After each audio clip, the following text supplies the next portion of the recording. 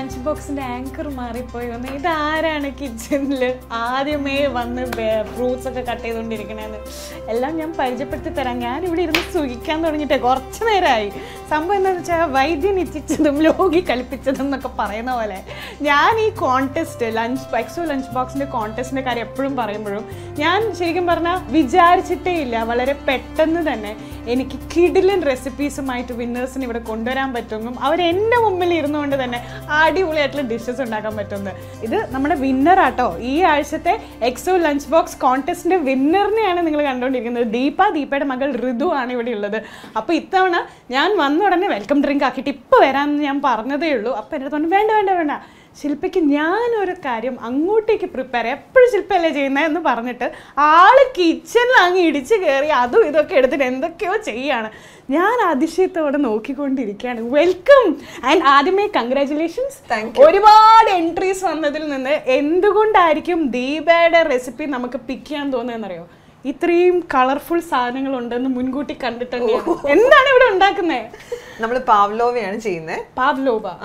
പാവ്ലോവ ഒരു മെറാങ് കുക്കി ആണ്, ഒരു ഡിസേർട്ട് ആണത്. ശരിക്കും പറഞ്ഞാൽ ഇതിന്റെ ഒരു ഓസ്ട്രേലിയ ഓർ ന്യൂസിലാൻഡ് ആണ് ഇതിന്റെ ഒറിജിൻ. അപ്പോൾ നമുക്ക് സിമ്പിളായി ചെയ്യാൻ പറ്റുന്നതും പക്ഷെ ഒരു വെറൈറ്റി ഒരു ഐറ്റം കൂടെ ആയതുകൊണ്ടാണ് ഇത് ശില്പയ്ക്ക് തരാമെന്ന് വിചാരിച്ചത്. ഇത് മെറിംഗ് പോലെ ഇത് മെറാങ് കുക്കി തന്നെയാണ്, പക്ഷെ നമ്മൾ അതിനെ വേറൊരു ഡിസേർട്ട് ആയിട്ട് മാറ്റുന്നത്. പക്ഷെ ഉണ്ടല്ലോ നമ്മുടെ കോൺടെസ്റ്റിനകത്തോട്ട് അയച്ചത് ഈ റെസിപ്പി അല്ലല്ലോ, ഇതല്ലല്ലോ നമ്മുടെ ഇത് സ്പെഷ്യൽ അഡീഷണൽ ആയിട്ട് ഇത് ശില്പയ്ക്ക് വേണ്ടി ഒരു സ്പെഷ്യൽ റെസിപ്പി എനിക്ക് കിട്ടുന്ന ഒരു ബോണസ് ആണ് അല്ലേ? ഓക്കെ, അപ്പൊ എന്തായാലും മനോഹരമായ ഒരു എപ്പിസോഡാണ് ഫോർ ഷോർ ഇന്ന്. അപ്പൊ എല്ലാവർക്കും ഒരിക്കൽ കൂടി സ്വാഗതം. You are watching anti bacterial Exo super gel lunch box co-powered by Pitapalli Agencies, the most trusted name in TV, mobiles and appliances.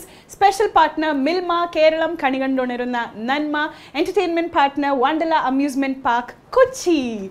Okay, continue വേഗം. എനിക്ക് ആ മെറിങ് കുക്കിയൊക്കെ കണ്ടിട്ട് കൊതിയാണ്. ഋതു, ഇത് കാണുന്ന കുട്ടികളൊക്കെ ഉണ്ടല്ലോ പറയാൻ പോണത് എന്താ അറിയോ?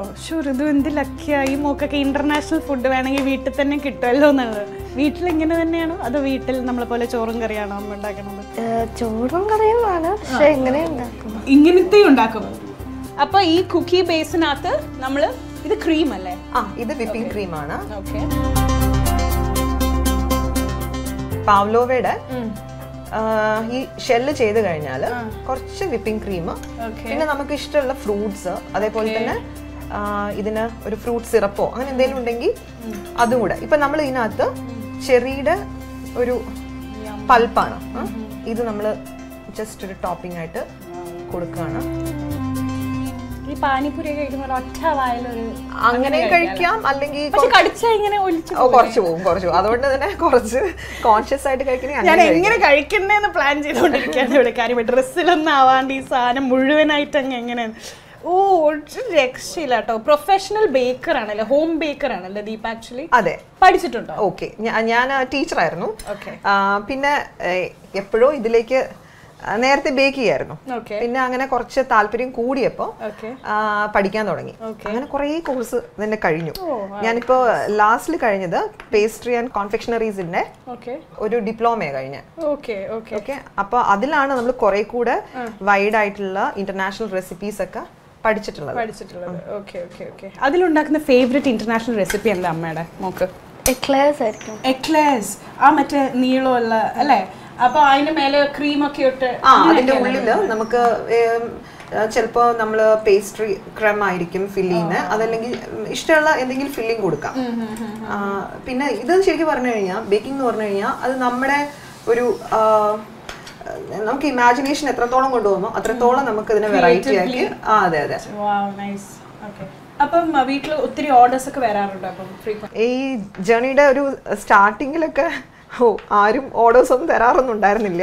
പിന്നെ നമുക്ക് പക്ഷെ ഇതൊരു ഭയങ്കര ഹാപ്പിനെസ് ആണ്.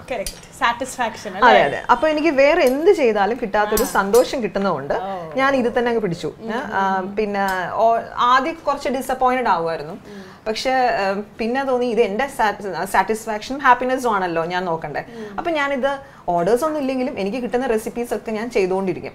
അപ്പൊ അങ്ങനെ നമ്മൾ ക്ലാസ്സിന് പോയാലും നമ്മുടെ വീട്ടിലും അതിങ്ങനെ ചെയ്തിട്ട് ഫോട്ടോസ് എടുക്കുക, അങ്ങനെ എനിക്ക് ഫോട്ടോസും വീഡിയോസ് എടുക്കുന്നതും ഇതിന്റെ കൂടെ തന്നെ ഒരു പാഷനായിട്ട് വന്നു. അങ്ങനെ റീൽസ് ഒക്കെ ഇങ്ങനെ ചെയ്യാം. അപ്പൊ അത് കണ്ടിട്ടാണ് നമുക്ക് കുറച്ചുകൂടെ റീച്ച് വരാൻ തുടങ്ങി.